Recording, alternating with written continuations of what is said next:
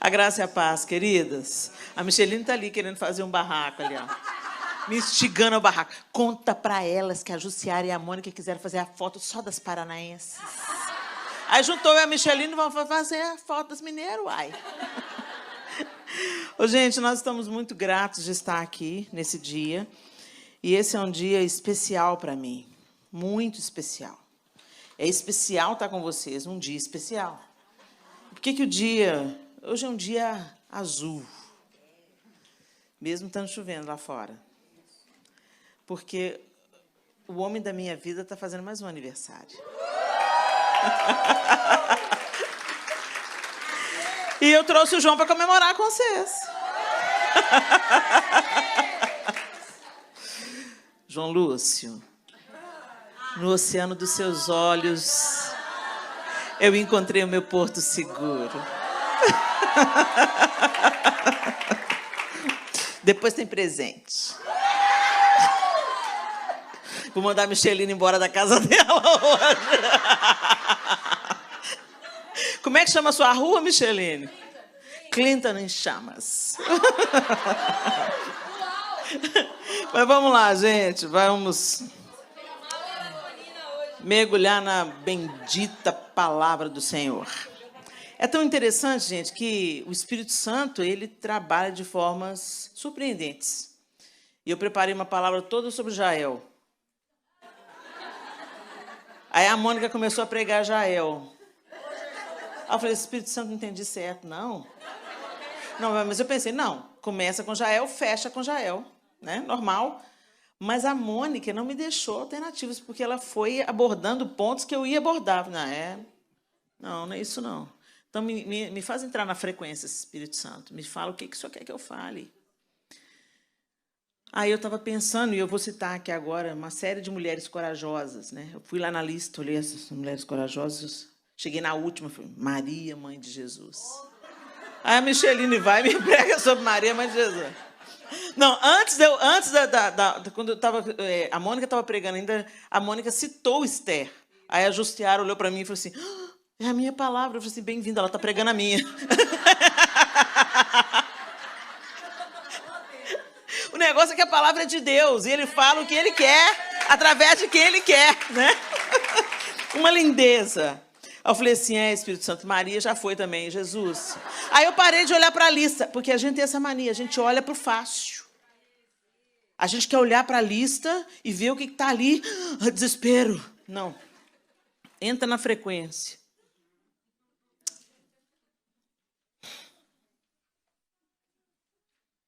Aí eu entendi por quê. Melhor a gente fazer a vontade do Senhor, né? Antes de eu entrar na palavra, eu queria chamar à nossa memória essas mulheres espetaculares. A Bíblia é recheada de homens e mulheres que tiveram coragem e força. A gente pode lembrar da esposa de Noé. A Bíblia não fala nem o nome dela. Mas depois você dá uma leitura nos capítulos 6 e 7 de Gênesis. Gente, o projeto de Noé era um projeto absurdo. Absurdo diante dos olhos daquela sociedade. Então, imagina a zombaria, o descrédito. O que aquele homem ouviu. E eu posso dizer pela minha história própria, mexe comigo, não mexe com o João, não. Entendeu? Fala mal de mim, não fala mal do João, não. A gente se dói pela pessoa que a gente ama. Né? Então, eu fico imaginando o que aquela mulher escutou. O marido dela é louco, ela foi zombada, né? Mas ela teve coragem para confiar naquilo que Deus estava fazendo e para se submeter ao projeto de Deus na vida do marido dela. Muitas de nós não queremos viver isso, sem saber que, às vezes, se submetendo ao projeto de Deus na vida do seu marido, a sua vida vai ser salva e preservada. Ela foi salva e preservada por causa de Noé. A sua casa foi salva. Ela e seus filhos foram salvos por causa de Noé. Então, se submeta. Se Deus tiver um projeto na vida do seu marido, você vai ser abençoada. Agora, se ele não tiver, você já conhece a história de Abigail. Ele remove Nabal. Ok? Então, se submeta. A gente traz a mão de Deus para a nossa cabeça quando a gente obedece, a gente se submete, né? Essa palavra ela é rechaçada nos dias de hoje. Submissão, na nossa cultura contaminada pelos excessos e pelos abusos de autoridade, ela passou a ser sinônimo de subserviência. Ela passou a ser sinônimo de eu sou tapete, eu vou ser pisada, eu vou ser humilhada. Mas a submissão bíblica nada tem a ver com isso. A submissão bíblica tem tudo a ver com honra, com prestar atenção, com dar ouvidos à voz do outro. E o fato é que o Rei dos Reis se submeteu. Então, por que eu não me submeteria? Se Jesus se esvaziou e se submeteu, e foi por isso que Deus o exaltou soberanamente, por que nós temos dificuldade de nos submetermos? Porque a gente está contaminada pela mentalidade desse século. E aí a gente se lembra de Romanos, o apóstolo Paulo falando, não entra na forma desse século, se vocês querem experimentar a boa, a perfeita e a agradável vontade de Deus para vocês. Então, Deus sempre vai favorecer o submisso.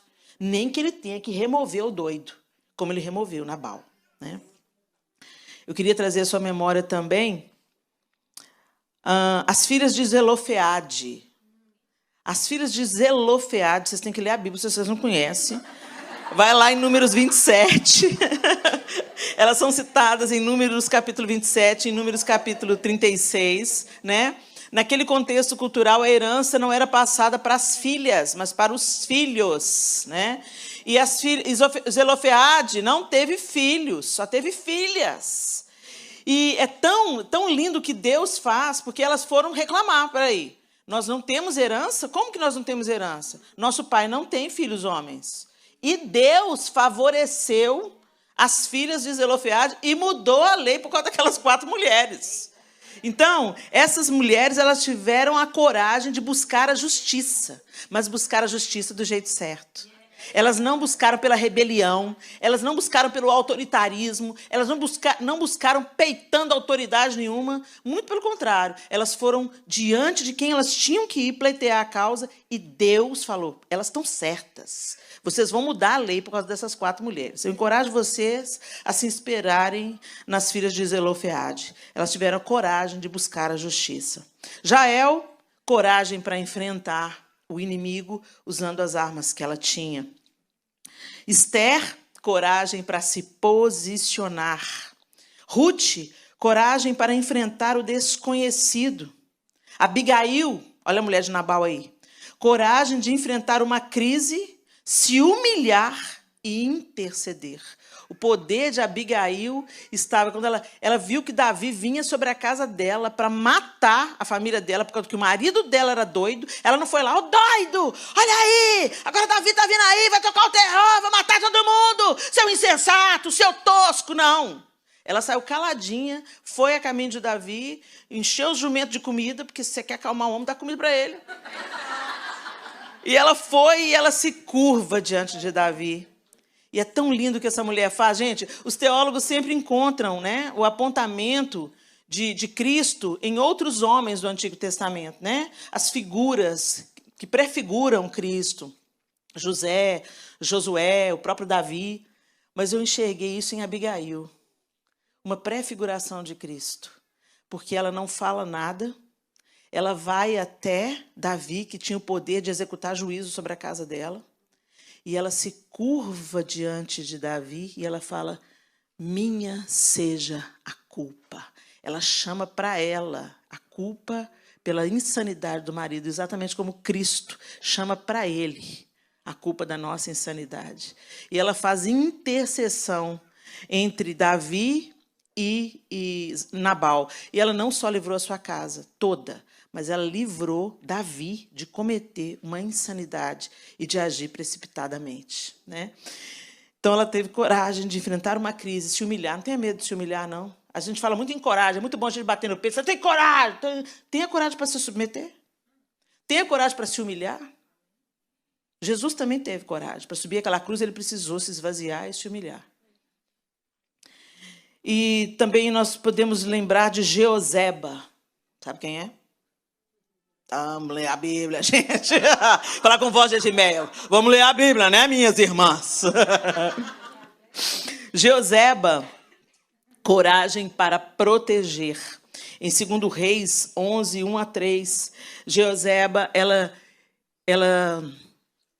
Acás tinha morrido, Acasias tinha morrido. Ih, gente, agora eu misturei os nomes todos. Vamos abrir lá, Acasias. 2 Reis 11, né? É mais fácil do que a gente cometer uma gafe, né? Vamos, tablet, me ajuda. 2 Reis 11. Atalia, mãe de Acasias, rei de Judá, soube que seu filho estava morto. Acasias morreu. E aí ele tinha filhos. E essa doida aqui, Atalia, mandou matar todos os netos. Todos os netos seriam mortos para quê? Para ela ser a rainha.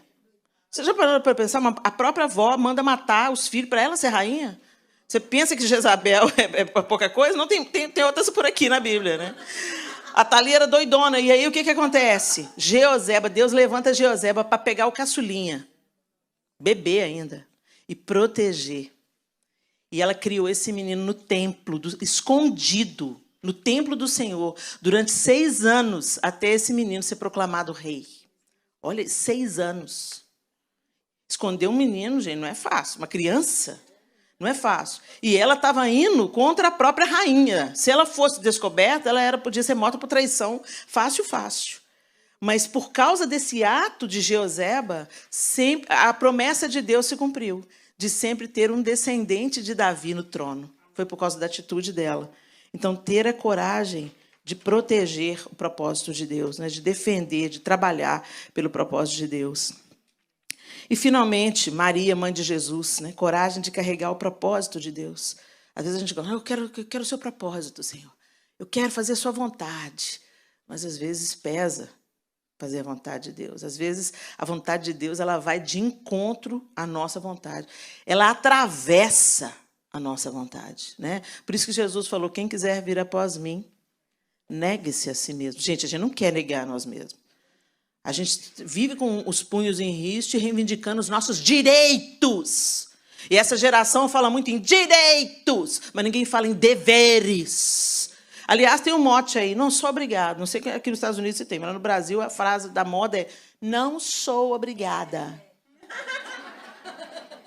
Não sou obrigada. Tem até camiseta. Não sou obrigada. Gente, cuidado com as meias-verdades.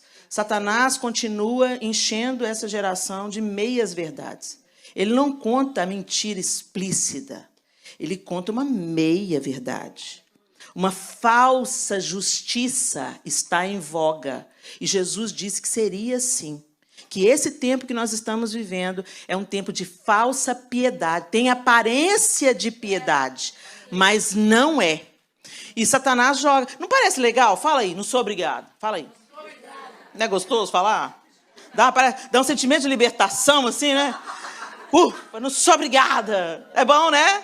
Cuidado, que ela não é toda a verdade. Sabe por quê? Porque a gente é obrigado a ser um tanto de coisa. Eu não saio por aí vivendo vida louca, não. Eu tenho 4 filhos, marido, 2 noras. Eu não saio por aí fazendo o que eu quero, não. Eu tenho responsabilidades. Eu tenho deveres. Quem ama, presta contas. Quem ama se importa, não só com o próprio umbigo e viver a sua liberdade. Quem ama se importa com o outro, em prestar conta, em dar satisfação, em se ajustar para viver melhor, para ter uma vida mais harmônica. Então, a gente é obrigado, sim, a um tanto de coisa. Nós temos obrigações, nós temos deveres. Vai viver aí, não sou obrigado para ver. Vai viver, você merece ser feliz. Para você ver para onde você vai. Para a porta larga. Vai para a porta larga. Você merece ser feliz. Não vai fazer força para nada. Vai dar de cara com capeta. Mas aí eu estava pensando nessas mulheres e me inspirando nelas. E eu falei, tá bom, Senhor, não é nenhuma delas que o Senhor quer que eu fale. O que o Senhor quer que eu fale? Fale de um homem. Abra sua Bíblia em Abacuque. Abacuque é um livro de 3 capítulos. E ele parece tão atual. Quando a gente começa a ler Abacuque, eu vou ler na versão NVT. A palavra diz assim, a partir do verso 1 do capítulo 1. Essa é a mensagem que o profeta Abacuque recebeu numa visão. Aí vem a queixa de Abacuque. Até quando, Senhor, Terei de pedir socorro? Tu, porém, não ouves. Clamo a violência por toda parte, mas tu não vens salvar. Terei de ver estas maldades para sempre? Por que preciso assistir a tanta opressão? Para qualquer lugar que olho, vejo destruição e violência. Estou cercado de pessoas que discutem e brigam o tempo todo. A lei está amortecida e não se faz justiça nos tribunais. Os perversos são mais numerosos que os justos. E com isso a justiça é corrompida. Parece que a gente do Brasil que está orando isso aqui, ó. E o Senhor responde a Abacuque. Gente, há muita ousadia de Abacuque, né? Ele vem já brigando com Deus. Até quando, Senhor? Eu vou gritar e o Senhor não vai me socorrer? Até quando? Até quando? Você não está vendo? Você não está vendo que a injustiça está ganhando? Que a maldade está ganhando? O Senhor não vai fazer nada? Quantos de nós já tivemos esse momento na vida? Quantos de nós, no sofrimento, a gente fala, Senhor, o Senhor não está vendo? Ô, Senhor, inclina os seus ouvidos para a minha questão aqui, Senhor. Ô, Senhor, traz meu filho de volta para a sua presença, Senhor. Ô, Senhor, cura esse casamento, Senhor. Ó, Deus, afasta essa enfermidade da nossa casa, Senhor. O Senhor não está vendo, o Senhor não está ouvindo. Abacuque era esse profeta ousado que estava fazendo perguntas difíceis para Deus. E Deus, a primeira resposta do Senhor diz assim, observem as nações ao redor, olhem e admirem-se, pois faço algo em seus dias, algo em que vocês não acreditariam, mesmo que alguém lhes contasse. Estou levantando os babilônios. Eu até estremeço com as eleições amanhã, gente. Estou levantando os babilônios, um povo cruel e violento. Eles marcharão por todo o mundo e conquistarão outras terras. São conhecidos por sua crueldade, decidem por si mesmos o que é certo. Seus cavalos são mais velozes que leopardos e mais ferozes que lobos ao anoitecer. Seus cavaleiros atacam vindos de longe, como águias, lançam-se sobre a presa para devorá-lo. Todos eles vêm prontos para agir com violência. Seus exércitos avançam como vento no deserto, ajuntando prisioneiros como se fossem areia. Zombam de reis e príncipes e desprezam todas as suas fortalezas. Constroem rampas de terra contra seus muros e as conquistam. Passam com rapidez como o vento e desaparecem. Sua culpa, porém, é grande, pois tem como Deus sua própria força. Olha o que Deus está falando. Abacuque estava reclamando que o trem estava ruim. Aí Deus fala, vai piorar. Porque eu estou mandando os babilônios. E eles são cruéis. E eles são duros. E eles são implacáveis. E eles são bons no que eles fazem. Eles conquistam toda a terra. Eles zombam do que é bom. Sua culpa, porém, é grande. Pois tem como Deus sua própria força. Aí no capítulo 2, Abacuque, subirei até minha torre de vigia e ficarei de guarda. Ali esperarei para ver o que ele diz, que resposta dará a minha queixa. Abacuque continua argumentando com Deus. E aí vem no capítulo 2 a segunda resposta do Senhor. Então o Senhor me disse, escreva minha resposta em tábuas, para que se possa ler depressa e com clareza. Esta é uma visão do futuro. Descreve o fim e tudo se cumprirá. Se parecer que demora a vir, espere com paciência, pois certamente acontecerá, não se atrasará. No verso 4, olhe para os arrogantes, os perversos que em si mesmos confiam. Mais uma vez o Senhor abomina quem em si mesmo confia. O justo, porém, viverá por sua fidelidade a Deus. O justo, em outra tradução disse, viverá pela fé. E esse texto, inclusive, inspira o apóstolo Paulo na explanação que ele tem sobre ser salvos pela graça, mediante a fé. E aí esse homem desesperado do capítulo 1 termina falando a glória de Deus, reconhecendo a glória de Deus, entendendo que Deus é soberano sobre todas as coisas. E ele vai descrevendo o poder de Deus e quem Deus é. Mas o verso 17 diz: ainda que a figueira não floresça, e não haja frutos nas videiras, ainda que a colheita de azeitonas não dê em nada e os campos fiquem vazios e improdutivos, ainda que os rebanhos morram nos campos e os currais fiquem vazios. Gente, ele está falando de subsistência. Ele está falando de existência. Ainda que eu passe fome, necessidade, nudez, escassez, eu perca tudo que eu tenho. Ainda que tudo isso aconteça, mesmo assim, eu me alegrarei no Senhor. Exultarei no Deus de minha salvação. O Senhor soberano é a minha força.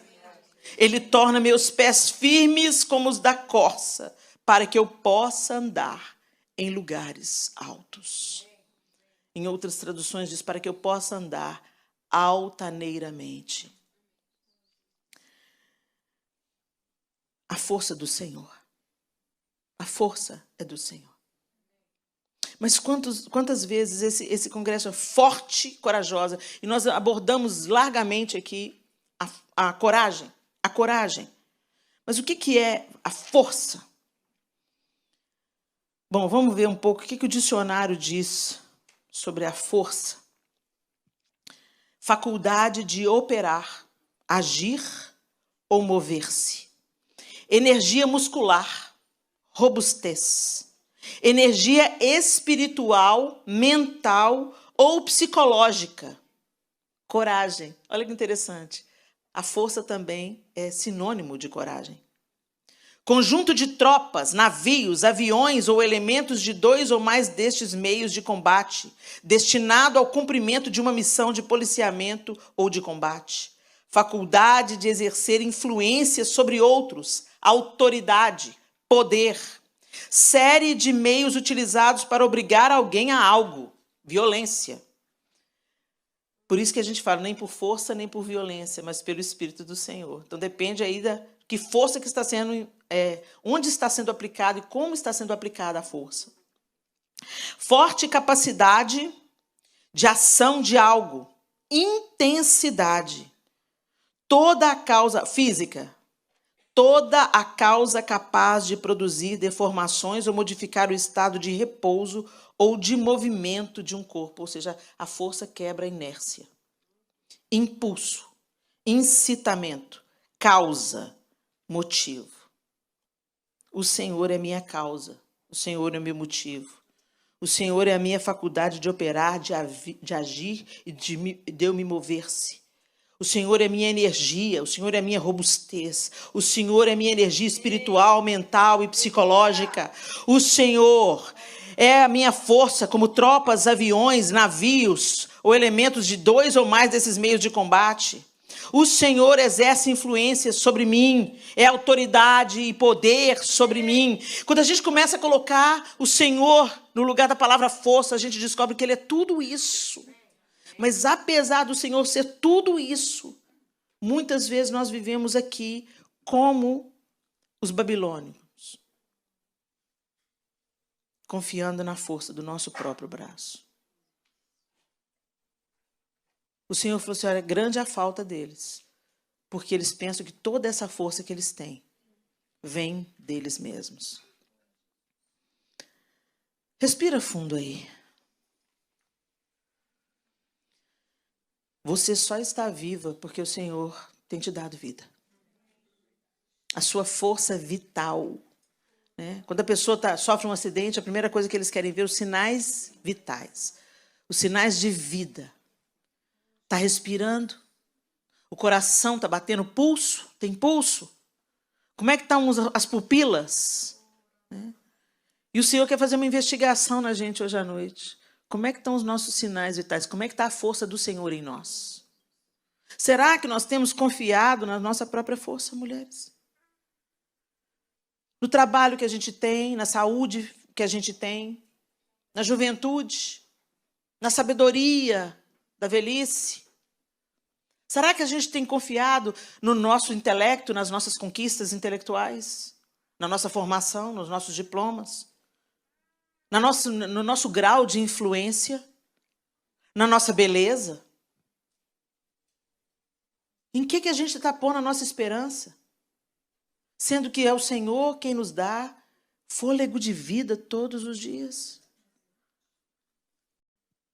A gente gosta de exibir poder e a gente gosta de usar frases de efeito e a gente gosta de falar, meu corpo, minhas regras. Seu corpo? Seu? Você consegue dar ordem ao seu cérebro para ele funcionar? Você respira por opção própria? O seu sangue está fluindo nas suas veias porque você decidiu que hoje ele vai fluir? Nós somos tão arrogantes, pretensiosos. E o Senhor deixou muito claro aqui que Ele se opõe àqueles que confiam na força do seu próprio braço. Mas aqueles que esperam no Senhor renovam as suas forças. Correm, não se cansam, caminham e não se fadigam. Gente, eu estou de olho na Edmeia. A gente viaja para Israel. A velhinha de 78, me deixa com a língua de fora. Ela vaza. Recentemente eu descobri que ela só tem um rim. Imagina se tem 2. Agora, essa força de Edmeia não é dela. E o dia que ela se envaidecer dessa força, ela perde.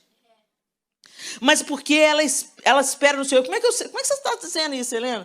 Uma vez a gente foi para Israel. Eu estava contando para a Micheline. A gente foi para Israel e a gente foi nadar no Mar Morto. Aí eu olhei para ela estava com o uniforme, a indumentária de sempre, a calça preta e a blusa florida. Aí eu virei para ela e falei assim, Edmeia, você vai assim para o Mar Morto, Edmeia? Você não vai entrar na água? Não. Por que não vai entrar? Helena, de madrugada eu acordei. E eu comecei a ler o livro de Oséias. E até agora eu já li 14 vezes. Eu fiquei olhando para ela. Da madrugada até agora você leu 14 vezes? É. E Deus começou a me falar umas coisas, Helena, que Ele nunca tinha dito. E eu estou querendo ouvir mais. Então, o tempo que vocês vão ficar lá na água, boiando, eu vou ficar na palavra. Eu vou ficar na palavra. Eu vou com vocês. E ela sentou lá na beira, debaixo de um ombrelone, pôs as perninhas para cima. E o tempo que a gente ficou boiando, ela ficou mergulhando. E aí eu entendo de onde que ela tira o vigor dela, de onde vem a força da Edmeia. Minha força vem de um Deus que faz milagres. Minha fé está além do impossível. Minha esperança viva está. Meu coração não quer parar, pois não é tarde, nunca é tarde para se sonhar.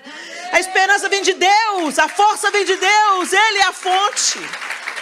Ele é a fonte. Mas a gente insiste, gente, em não buscar o Senhor. A gente insiste.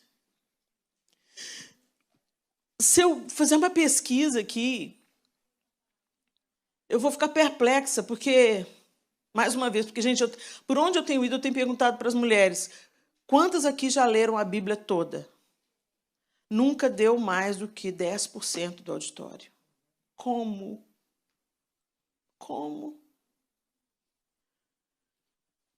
Se a gente não para contemplar Deus, gente, o mundo passa em cima da gente como um rolo compressor. Se a gente não para beber de Deus, a gente vai procurar cisterna rota, porque sem água a gente não vai ficar. Então a gente busca o entretenimento, a gente busca ideologias desse século, bandeiras para levantar, a gente busca relacionamentos, amigos, até coisas legítimas, gente, coisas boas. Não é só coisa ruim que a gente... Mas se não é o Senhor, é tudo cisterna rota. Porque a nossa felicidade, ela vem como consequência de uma vida de obediência ao Senhor. O resto é paliativo, é ilusão. Sabe quando o sabor que você sente quando você come uma coisa gostosa, mas nociva para a saúde? Você come aquele pudim maravilhoso, está lá na sala VIP. Se você viver de pudim, você vai morrer. Eu nessa de sala para pastor, de sala para pastor, de sala para pastor, estou pré-diabética com gordura no fígado, gordura na horta. Ou seja, se eu não mudar o meu hábito, eu vou morrer antes do que eu poderia. Ah, mas Deus tem todos os dias nas suas mãos. Sim, mas você também já sabe da outra parte da Bíblia que fala que você vai colher da sua semente. Você acha que a lei de semeadura vale só na hora do dízimo, irmã? Vale na hora que você abre a boca para falar e vale na hora que você abre a boca para comer. A conta chega. Se a gente vive responsavelmente, não como exercendo mordomia sobre o nosso corpo, a conta chega. E aí não adianta você brigar com Deus. Por que eu estou com esse câncer? Por que eu estou com essa doença? Por que eu estou com esse fígado desse jeito? Não tem nem argumento. Por quê, Helena? Porque o seu Deus é o ventre. Você está vivendo para só ter prazer. Não é assim, não. E, gente, na vida espiritual não é diferente. Se a gente quer ficar robusto espiritualmente, forte no dia da luta, forte no dia da adversidade, eu estou falando isso, gente, porque a gente não sabe o que vem por aí. Se você não contemplar Deus, não parar diante dele, não se alimentar dele, você vai sucumbir. Porque a sua força, se ela não é tirada de Deus, ela é só aparência. Você pode, se eu não te falasse como é que está o meu real estado de valor, de saúde, você não ia ter ideia que eu estou com esse diagnóstico. Se você olhar, só para você olhar para mim, Dona Regina hoje me elogiou e tudo. Você está bem, menina. Você, mais ou menos, Dona Regina, estou melhorando. Porque quem vê por fora, né, não vê a gordura no fígado, não vê a gordura na aorta, não vê a pré-diabetes. Não vê o colesterol quase 400. Não vê. Helena? Que isso? Helena está andando, Helena está pregando, Helena está jóia. Assim tem sido a nossa vida espiritual. A gente vem para a igreja, a gente ergue as mãos, a gente canta, a gente fala o crentez fluente, a gente crê em Jesus, é uma realidade, mas a gente não para contemplar Deus e comer da sua mesa, e é por isso que quando a adversidade chega, e ela chega para todos nós, se eu sentar com cada uma de vocês aqui, eu vou ter um motivo para chorar com cada uma, e vocês vão ter um motivo para chorar comigo também. Nós temos as nossas batalhas e tem dia que a gente chega à exaustão e a gente fala, não aguento mais. Mas se você está vivendo diante de Deus, ele chega e fala assim, ok, você chegou no seu limite, então vem cá. Ele te leva. Ele te leva. Você não sabe como é que você atravessou o vale, você não sabe como é que você chegou. Tem hora que eu sinto nas minhas adversidades que parece que Deus me deu uma anestesia. Eu estou vivendo do mesmo jeito, eu estou passando pelas mesmas adversidades, mas Deus me anestesiou. Então, aquilo não me aflige. Você acha que essa força é minha? Não. Essa força não é minha. E eu comecei a discernir claramente, quando eu estou em jejum, como eu fico forte. Como o meu espírito fica forte. Às vezes, em períodos que eu não estava em jejum, vivi uma adversidade com a minha filha mais velha, uma coisa pequena acontecia. Uma frustração pequena, uma decepção pequena vinha. E aquilo me detonava. Eu não queria levantar da cama. Aí eu comecei a jejuar. Porque o jejum é uma disciplina espiritual. Então você começa... Para que serve o jejum? Para fazer barganha com Deus? Não. O jejum é para você se fortalecer espiritualmente, discernir a voz de Deus, a voz de comando de Deus. Alimento espiritual é o jejum. E eu comecei a orar e jejuar, orar e jejuar. Aí aconteciam coisas muito piores. E eu, Senhor, tu sabes. Entra nessa situação, Deus, com poder e glória. Você está bem, Helena? Estou. Como que você está bem, Helena? Não sei. Eu não sei porque... Ou melhor, eu sei. Porque eu sei em quem eu tenho crido e eu sei que Ele é poderoso. Minha querida, você pode achar essa palavra poderosa e preciosa, mas deixa eu te falar, você precisa se posicionar. Você precisa se posicionar. É como se Mardoqueu tivesse vindo aqui, Jussiara, falar de novo. Não pense você que você vai ser poupado num tempo como esse. O que vai precisar de acontecer? Será que vai precisar de acontecer uma situação drástica na nossa casa para a gente entender que todos nós estamos nivelados e somos vulneráveis? O luto chega sem mandar recado. Um filho se desvia sem mandar recado. Um diagnóstico terrível sem mandar recado. Eu conheci agora uma pessoa, eu ouvi falar, né, de uma mulher na Flórida.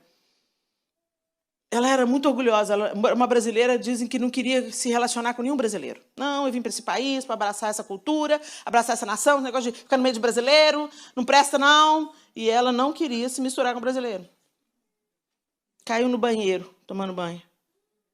Partiu a coluna. Quem foi cuidar? Tudo brasileiro. Quem que a gente pensa que a gente é, gente? Por que a gente empina o nariz, sendo que a gente é tão vulnerável, tão frágil? A vida é um sopro. O Senhor é a nossa força. É nele que nós temos que depositar a nossa esperança. Nós estamos aí orando pelas eleições de amanhã. Mas eu sei que dos lábios a resposta vem do Senhor.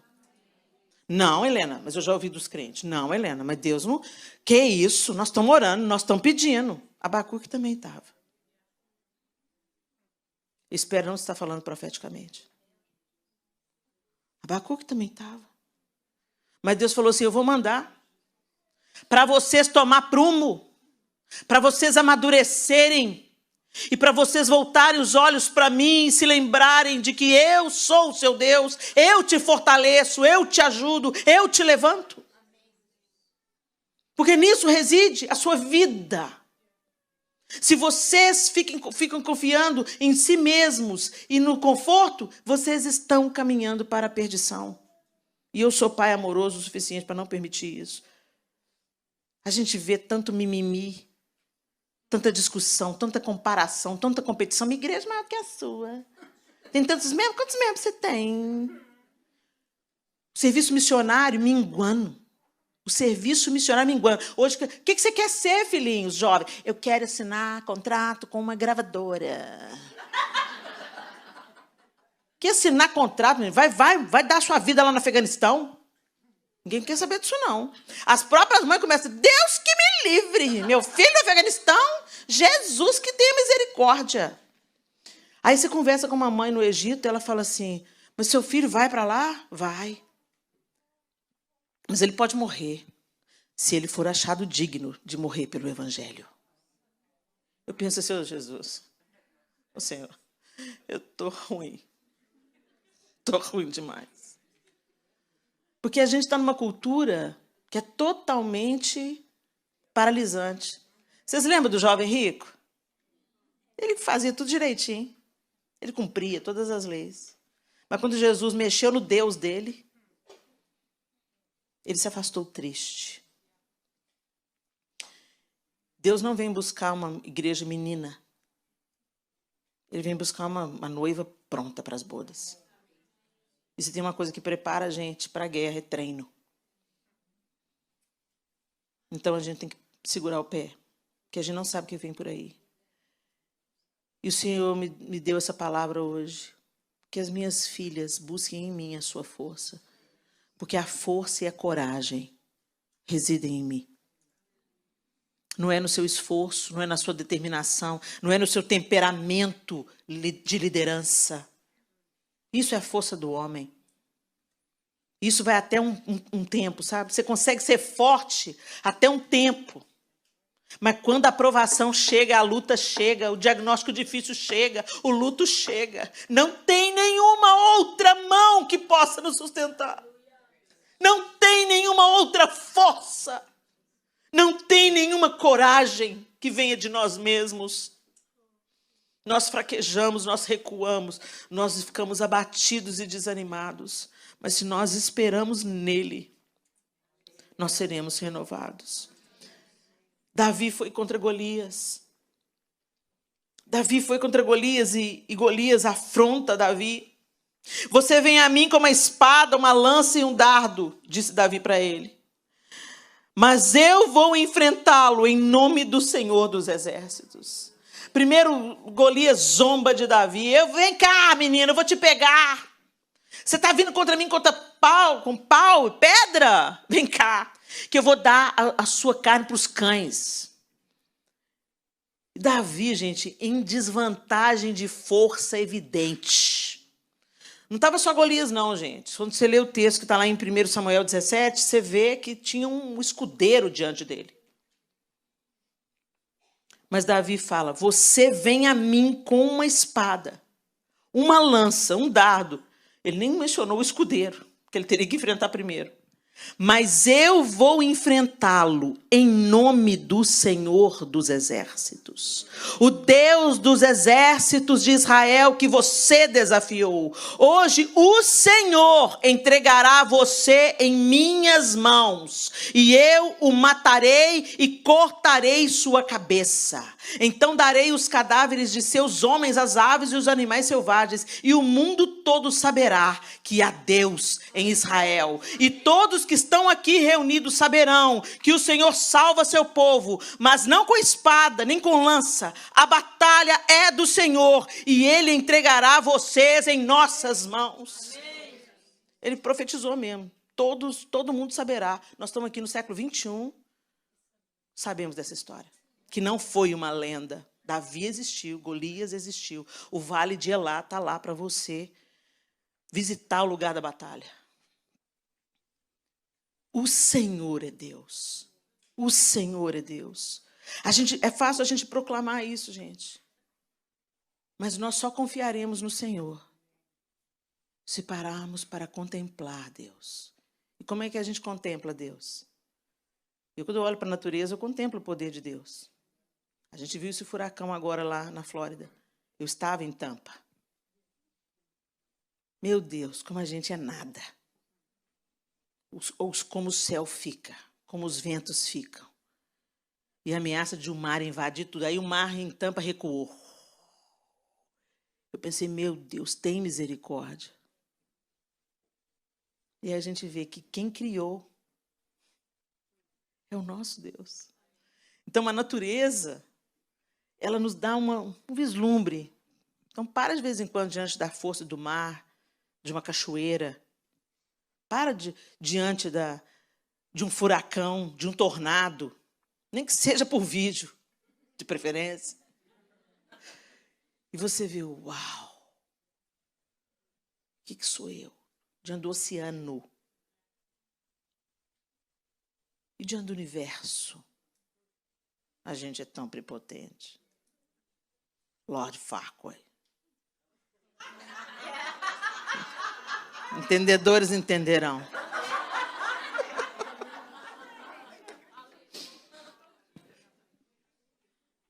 Mas a maneira da gente contemplar Deus é através da sua palavra. Por isso que você não consegue ler a Bíblia, porque não interessa ao seu inimigo que você conheça o seu Deus. Sua força, seu poder, seu caráter, sua justiça, sua bondade, seu amor, sua correção, sua dureza. Gente, porque às vezes a gente quer a mão amorosa de Deus. Mas Deus é Pai. E Pai não é só bonzinho. Pai dá limite. Pai fala não. Pai fala, você vai ter que esperar, filha. Pai vai falar, você ainda não está pronta para isso. Ele não prometeu que a gente não ia ter tribulação. Mas Ele prometeu que estaria conosco. Ele é um Pai que não abandona, meio no mesmo da tribulação. E Ele vai fazer com que todas as coisas contribuam conjuntamente para o bem daqueles que amam a Deus. E o que é amar a Deus? Obedecê-lo. Amar a Deus não é cantar canções de amor. Amar a Deus não é estampar camisetas. Amar a Deus é obedecê-lo no dia a dia, 7 dias por semana. E contemplá-lo através da sua palavra. Quando você ora, você fala com Deus. Quando você lê a Bíblia, Ele fala com você. Mas a gente não lê. Jesus reconstruiu o caminho, mas a gente não passa por ele. A gente continua customizando Deus, querendo que Deus seja do nosso jeito. Não, mas Deus quer que... Agora a frase mas Deus quer me ver feliz. Ele quer te ver santo. A felicidade bíblica não é uma causa, é uma consequência. Feliz quem teme o Senhor e anda nos seus caminhos. A felicidade bíblica vem como uma consequência da obediência. É essa felicidade que Deus quer te dar, como consequência, como fruto da sua obediência. E não ver, alisar os seus pecados. Isso, filhinho. Vai, filhinho. Eu quero ver você feliz. Eu sou mãe, uma mãe perfeita, incompleta. Mas eu sei quando meus filhos entram num caminho de morte. E eu não vou ficar lá falando assim, vai, meu filho, vai fumar um baseado, eu quero só te ver feliz. Vai, você quer uma overdose? Vai ficar feliz? Vai. Ah, você quer prostituir? Pode prostituir, filho, desde que você esteja feliz. Eu que sou má, sei discernir o que não é bom para os meus filhos, você acha que Deus não sabe? Então Deus vai dizer não, sim. Deus vai dizer espera, sim. Mas o nosso alívio é que nada disso será desperdiçado. Nada que a gente passa nessa vida é vão. Nada, nenhuma luta, nenhuma tribulação. E mais do que isso, não é só sobre nós. Nossa dor não é só sobre nós. Assim como nossas vitórias também não são só para nós. Com a mesma consolação que somos consolados, podemos consolar outros. E a força que nos abastece, o pão que nos abastece. Você se lembra de Elias? Elias tinha acabado de destruir os profetas de Baal. Uma grande vitória do bem contra o mal. Mas ele ficou depressivo. Não tinha mais força. Toda a força ele gastou lá naquele embate. Toda a força ele gastou. E aí o que ele fez? Deitou debaixo de uma árvore e quis morrer. Depressão. Aí veio o anjo. Levanta e come. Deus te dá comida para a força que é necessária. Deus é que dá. A comida que te dá força para andar 40 dias é Deus que dá. E teve que dar em 2 etapas, porque uma só não foi suficiente, não. Levanta e come. Comeu, dormiu, deitou de novo. Levanta de novo, come mais um pouco. Agora levanta e caminha. Vai. E acabou o vale? Não acabou o vale. Ele chegou e foi se meter numa caverna. Ele ainda estava angustiado. Ele ainda estava pesado. Mesmo depois da comida que Deus deu. Mas foi naquela caverna que Deus se mostrou para ele. E se nós queremos enxergar Deus no meio da tribulação, no meio da luta, a gente vai ter que comer do pão que Deus dá. E o pão que Deus dá é a palavra. Então põe esse espírito de preguiça para correr. Porque a gente fala que não tem tempo para ler a Bíblia, mas a gente tem tempo para o Instagram, tem tempo para o Facebook, tem tempo para o escambau. E se tem uma coisa que vai prestar essas redes sociais para provar o tanto de tempo que a gente gastou com a inutilidade. Porque nem é para pregar a palavra. É ainda para ficar expondo as vitórias, cobiçando a vitória da outra, expondo a fofoca. Deus tenha compaixão de nós. Entra no teu quarto. Fecha a tua porta. O Senhor quer falar com você e o Senhor quer te dar comida para te fortalecer para o quanto da caminhada que Ele ainda tem para você caminhar. Ele não tirou a dor de Elias. Ele não falou com Elias, está tudo bem, Elias? Vamos lá, rapaz. Ah, Deus não foi coach. Vamos lá, Elias. Grita para você mesmo. Uau, eu posso, eu vou, eu... Não. Não, gente, em nome de Jesus, eu respeito muitos coaches, tá? No lugar deles. Com aquela pessoa que vai te capacitar, você vai melhorar o seu desempenho no trabalho, perceber as suas potencialidades, organizar a sua vida. Não tem problema nenhum. O problema do coaching é quando ele quer oferecer um substituto para o Evangelho de Jesus Cristo. Só há poder de libertação e cura no Evangelho de Jesus. Não há outro caminho. Então, cada coisa no seu devido lugar. Essa história de a força está dentro de você, só se for o Espírito Santo. Porque esse negócio de ficar olhando no espelho, Helena, você é linda, você pode, você... Gente, isso é band-aid no câncer. Vai durar um tempo, daqui a pouco eu estou pior do que eu estava. Agora, quando eu contemplo Deus, Ele fala, você é minha filha amada, eu estou com você, eu te ajudo. Enquanto eu caminho com você, eu vou te sustentando um dia de cada vez, porque basta cada dia o seu mal. Não se ocupe com o amanhã, eu estou com você. Olha para mim, Helena, me contempla, olha para mim. Fica comigo que eu vou te levar ao final das coisas. E Ele diz para a gente em Isaías, você não viu? Não entendeu? Olha o que Isaías fala. O Senhor é o Deus eterno, Criador de toda a terra. Ele nunca perde as forças, nem se cansa. E ninguém pode medir a profundidade de sua sabedoria. Ele dá forças aos cansados e vigor aos fracos. Até os jovens perdem as forças. E os rapazes tropeçam de tão exaustos. Mas os que confiam no Senhor renovam suas forças. Voam alto como águias. Correm e não se cansam. Caminham e não desfalecem. Feche os seus olhos.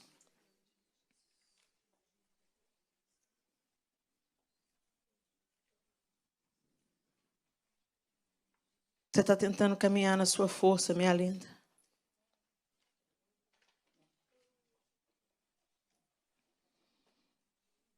Quando Deus manda Josué ser forte e corajoso, Ele diz assim para Josué, não cesses de meditar e de falar nesse livro da lei. Ele deu a receita. Seja forte e ser corajoso, não deixe de meditar. Não deixe de me contemplar, Josué. Olha para mim, Josué. Olha para a minha força. Olha para o meu poder. Olha para aquilo que eu posso fazer. Não olhe para as suas circunstâncias. Não olhe para o seu estado humano. Não olhe para os gigantes da terra. Não olhe para as suas fraquezas. Porque senão você vai sucumbir. O justo viverá pela sua fé. Fé em quem? Não é qualquer fé, não. É fé naquele que muda. Fé naquele que te dá forças quando você não aguenta mais andar. Fé naquele que te dá estratégias. Fé naquele que provê o alívio quando você não está aguentando mais. Fé naquele que manda reforços, amigos de oração. Nos dias difíceis, amigos se tornam irmãos. Nos dias difíceis, a gente conhece o colo de Deus, mas você precisa se voltar para Ele. Muita gente, no dia da adversidade, foge.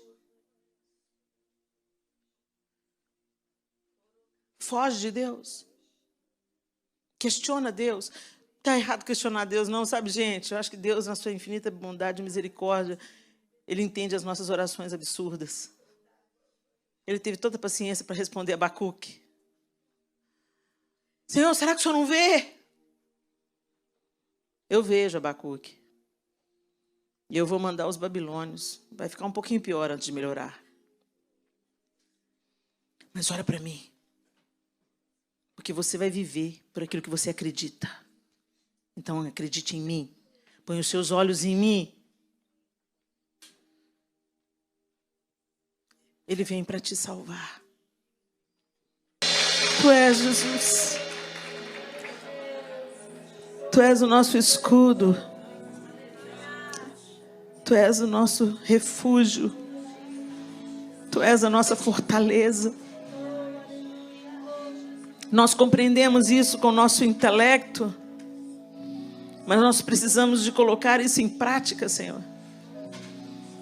Nós queremos entrar em ação. Nos ajuda, Deus, a contemplarmos ao Senhor, para que o Senhor possa nos levantar. Nos ajuda a contemplar através da sua palavra. Nos ajuda, Senhor. Nem que o Senhor nos desperte pela madrugada. Atrai-nos a Ti, Jesus. Porque sabemos que à medida que contemplarmos ao Senhor, seremos fortalecidas. Como Esther, enquanto jejuava e orava, ela recebeu do Senhor todas as estratégias. Que a gente contemple o Senhor, Deus, através das disciplinas espirituais, mas sobretudo através da leitura da Tua palavra. Ajuda-nos, Espírito Santo, a discernir a voz do nosso inimigo. Ajuda-nos, ó Deus, a achar estratégias para vencer o sono, a apatia, a preguiça. Porque nós queremos recarregar em Ti as nossas baterias. Queremos buscar do Senhor a nossa força e ver o cumprimento da Tua palavra. Os que esperam no Senhor renovam as suas forças. Correm, não se cansam. Caminham e não se fatigam. Em nome de Jesus nós oramos. Amém e amém. Forte e corajosa. Não em vocês mesmos, mas no Senhor. Deus abençoe.